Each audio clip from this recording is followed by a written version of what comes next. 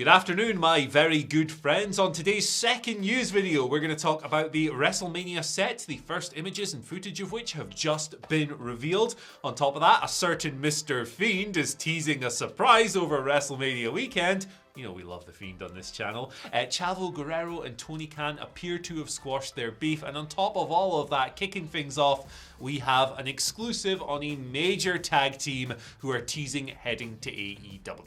I'm Andy Murray. I'm Michael Sidgwick. And this is the news! Did I do it right, Daddy? No one can do it right. No one's. There's only one Adam Wilborn. He's the only guy who can do that. Right. You shouldn't, though. We got an I agree. My poor ears. Look at the size of them. Look what he's done to these things. Anyway, we've got an exclusive to kick things off. WrestleMania went down last night. As you know, we've got a team in the United States. Wilborn still trying to audition for the TV show Dallas for some reason. Doesn't even know it ended about 20 years ago, weirdo. But regardless, he actually caught up with the Good Brothers.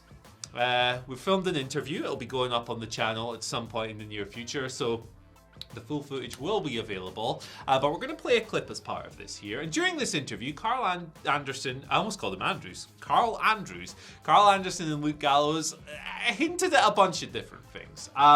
So it kind of started when Wilborn asked them a little bit, what's next for you guys? You've been in WWE, you've appeared for AEW, you're of course currently in Impact. I'll just read out to you a transcript of what Mr. Gallows responded with.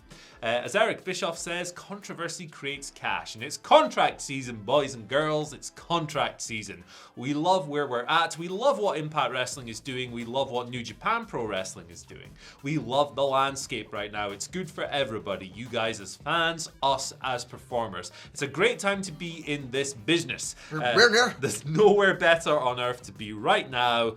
If you want to participate in this, then right here in Dallas, Texas. So from there, they were asked a little bit about potential dream matches as tag teams. And what we're going to do is we're just going to roll the clip. It's about a minute and a half long, in which Gallows and Anderson heavily imply a number of different things, including AEW, New Japan Pro Wrestling, and a new contract offer from Impact as well. So roll that clip, check it out yourselves.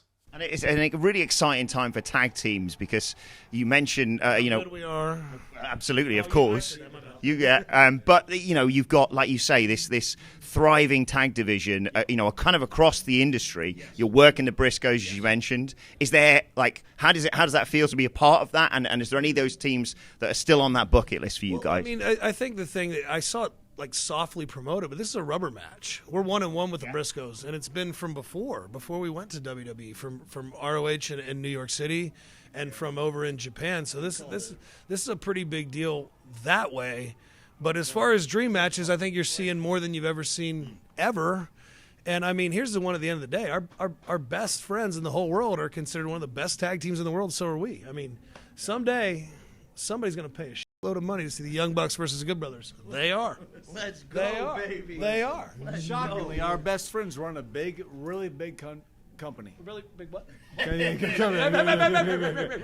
So our best friends run a big company. On top of our friend Tony Khan runs a big company.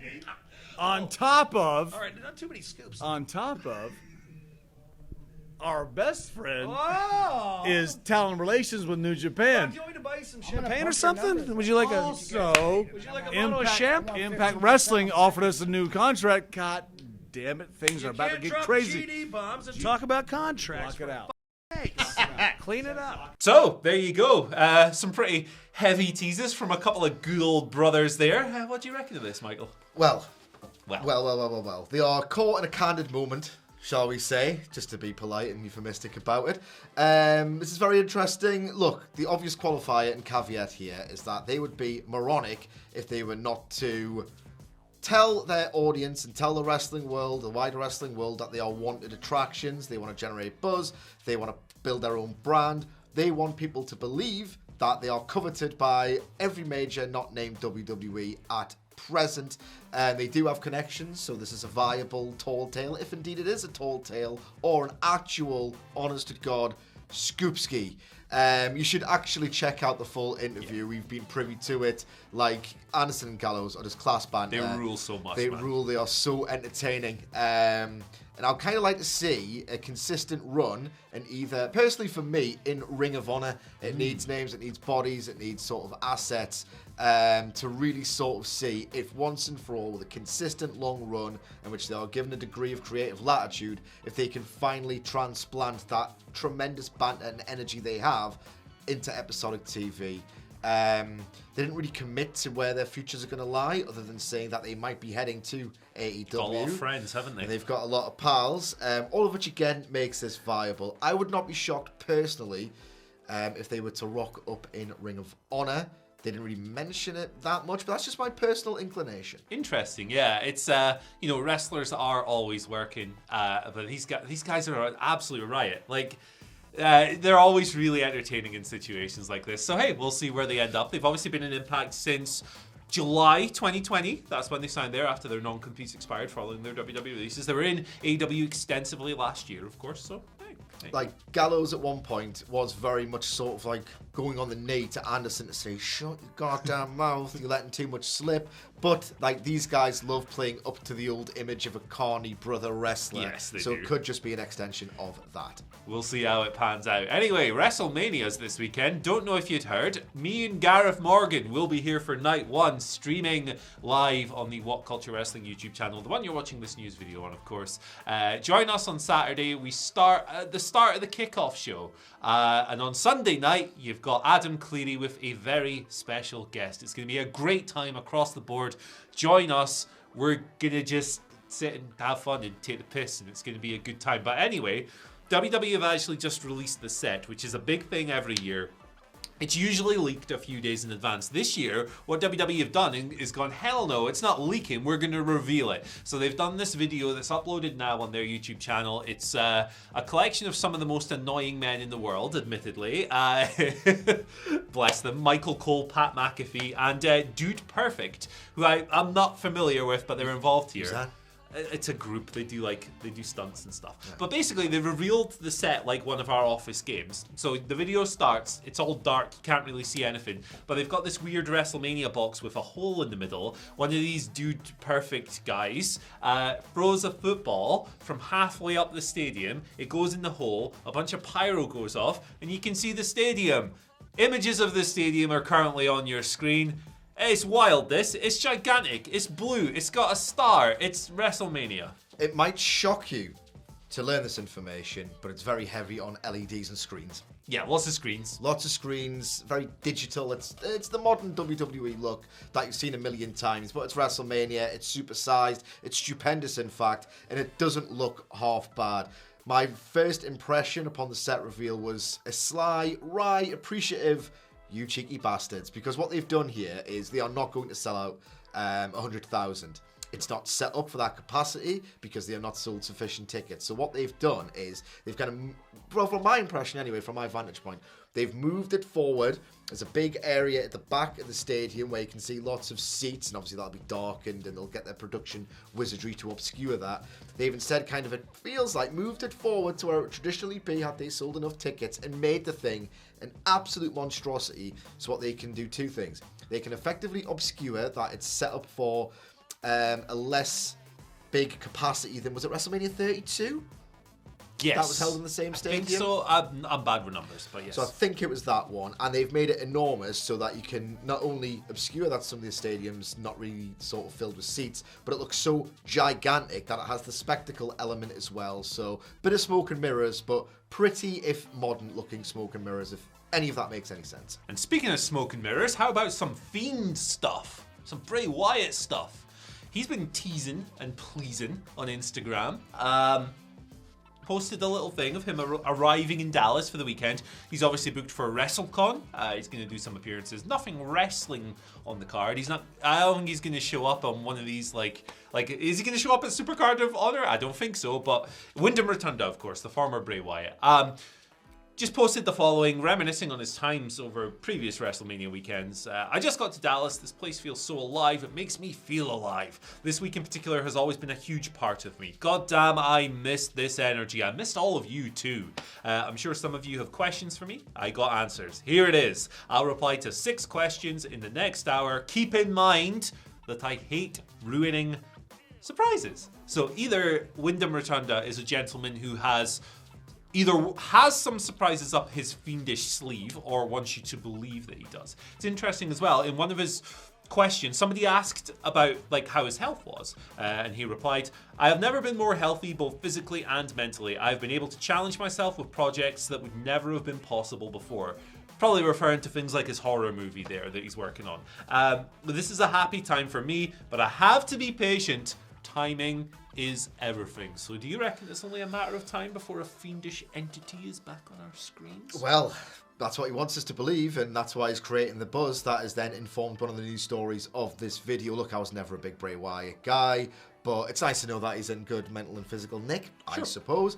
The surprise element is fascinating here because we've been asking ourselves so many questions since his departure, and Murray and myself have been waiting patiently for the shoot interview. We are desperate to know which ideas he was behind, which ideas were thrust upon him. Where does the creative genius line begin and the botched prospect one end? I just want to know if he was behind the rubbish or if he had great ideas that were completely and utterly sabotaged. So I'm very interested in sort of the shoot element of this interview, but it just comes back to these same questions we've had since his departure. Where does he fit in? Yeah, it's tough. Never fit in AEW with its sports-oriented framework and its lack of world-breaking supernatural stuff. Impact, yes, does flirt with that. Ring of Honor is now owned by Tony Khan, and it's not as if he's doing it because he always wanted to do a little Lucha Underground satellite promotion. He likes Ring of Honor for what it used to stand for. New Japan won't fit there. Control your narrative? I doubt Maybe. it. I think I never thought that Wyatt was as clever as some of his fans did, but even he's not stupid enough to tar his name in that mud. So I've got no idea, but I am, perhaps in spite of myself, pretty damn interested to find out. Yeah, for sure. I think it'll be an interesting thing. And the one thing about Wyndham Rotunda is that he has a massive cult following, for sure. And I think that the people who are really into Bray Wyatt are really into Bray Wyatt, and they will follow him wherever he goes. I'm not saying that if he shows up in MLW, for example, who have the Azteca Underground thing, which is kind of Lucha Underground-esque, I'm not saying that if he shows up there, he's going to increase the people who watch the show by 500,000 or whatever, but he's definitely going to put eyes on something to whatever degree. So on a human level, obviously, best of luck to him, whatever he does next. He's clearly very happy doing the movies and stuff, and maybe that fits his creative mind a little more. We'll find out. Either way, we all need a little bit more Fiend in our lives. We're going to close on our final story. Well, we're not. We've got Twitter questions as well, but we're going to go through our final story here.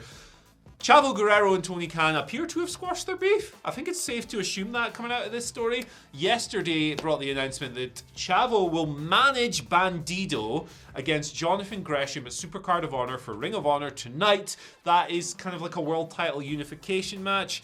It's a complicated situation, but Bandido is the lineal champion. He never lost the belt. He just couldn't wrestle at Final Battle due to COVID. Jonathan Gresham is the actual world champion. They're going to fight, unify, undisputed, all that stuff. Bandido, managed by Chavo Guerrero. Chavo cut a promo. Tony tweeted it out. Comes in the wake of an apparent fallout between the two. Chavo was quietly removed from the roster earlier this year. He tweeted, surprised, said Tony Khan had told him he'd have a job once he came back from filming season 2 of Young Rock. He's since been on, comparing AEW to WCW. Tony has said that he owes Chavo a call. Seems to me like a bunch of silly stuff happened and now it's water under the bridge. Maybe. And to our Twitter questions for the day. Perfect response. Comes from Eddie Zamhari, who asks, since the crew are in Dallas, which version of The Fiend do you want them to see? Some crackers here. The Fiend, Boogeyman version. The Fiend, Crispy version. The Fiend, Doink the Clown version. Or The Fiend, Cowboy version.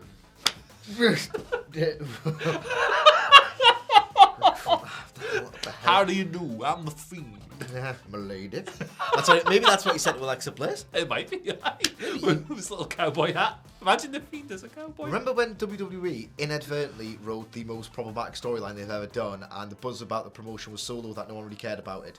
He infantilized Alexa Bliss. Then they turned babyface, not a relationship. And now he's a cowboy. Yeah, right? apparently he is. I would do Dunk the Clown Fiend because maybe, just maybe, people realise that he didn't have the same presence as Matt Bourne, and they would realise that, Fiend wasn't that good. I'm going for the cowboy because I want to see what a horse fiend would look like. That's just all I want in life. If someone can make that on like MS Paint and send it to me, that'll be good. Final question comes from Ashley Taylor, who asks, ready for this? If water is made of pancakes and Blackpool was the size of half an eaten burger, how many fiends would it take to fill Pataudry Stadium? Sorry, I was lost in a thought then. Could you repeat the question? It does take a while to unpack Yes. this one. It's very deep. If water was made of pancakes and Blackpool was half the size of a half-eaten burger, how many fiends would it take to fill Pataudry Stadium? What's Pataudry Stadium? Aberdeen Football Club. Capacity 21,000. Well, you're the jock, mate, so you're probably best qualified to answer this one. very This nonsense. Very offensive. The answer is the same. The fiend is a building-filling presence. It doesn't matter the size of the room, the size of this stadium. As soon as the fiend walks out, he is 400 feet tall. The answer, my friend, is 1. Thank you for joining us today. I've been the Fiend, he's been the Flat Fuck. We've been the Weirdos. You can follow us on Twitter at WhatCulture WWE. You can follow Michael Sidgwick on Twitter at Sidgwick. You can follow me on Twitter at Andy H. Murray. The H stands for, hey, have a nice weekend. Earnest one for a change. Quality. Bye. Try. Fiend.